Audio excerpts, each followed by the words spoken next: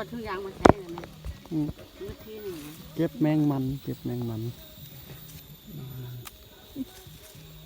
น้อย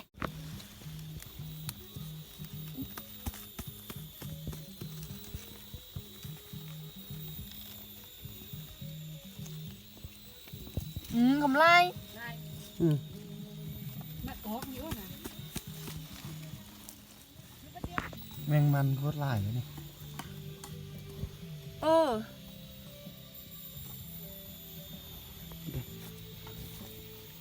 มาจะใส่มาจะใส่นี่นั่นคุณนี่ตรงนี้เก็บเก็บเก็บ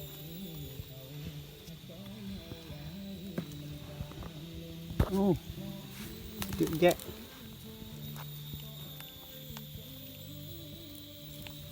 โยแมงมันซาไลกันน่ะเยอะมันออกสวยมันออก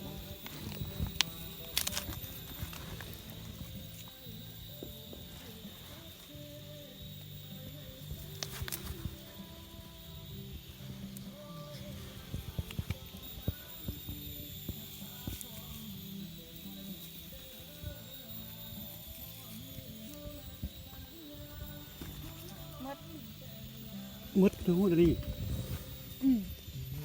ดูโอ้โอ้ยน่ะน้องก็ได้ดูดิโอ้กำไรเลยเนาะเอาไหมเอาใช้ซะวะแมวโทรศัพท์ไปทุกเด็กแหละแท็กซ่าอะไรกูเด้เอามันก็สู้เจ้าโอ๊กโอ๊กดิฮู้ฮู้ฮู้กูเนี่ยเอาไหม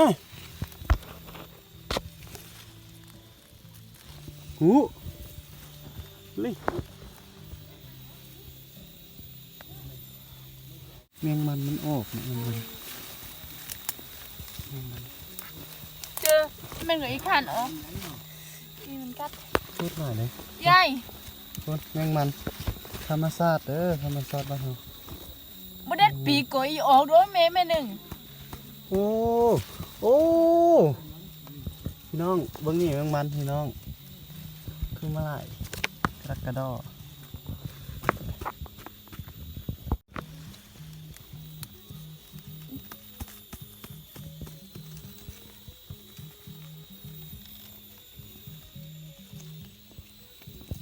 กำไร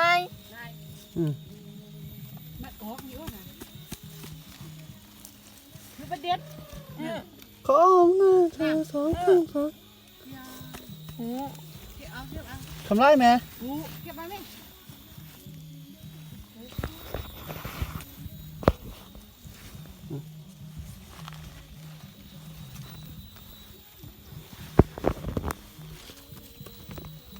แมงมัน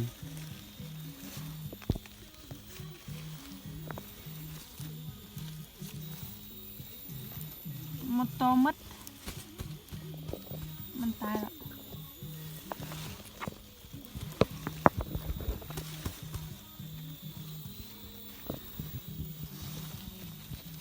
เด็ดขนาดมีแต่ตัวเด็ด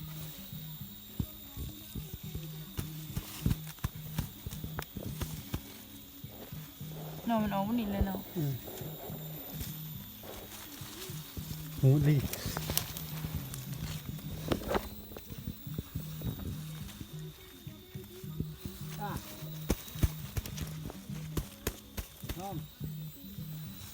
บัดทุกอย่างมาใช้เลยนะ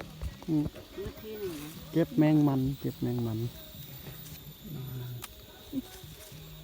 น้อยนี่ตัวนี้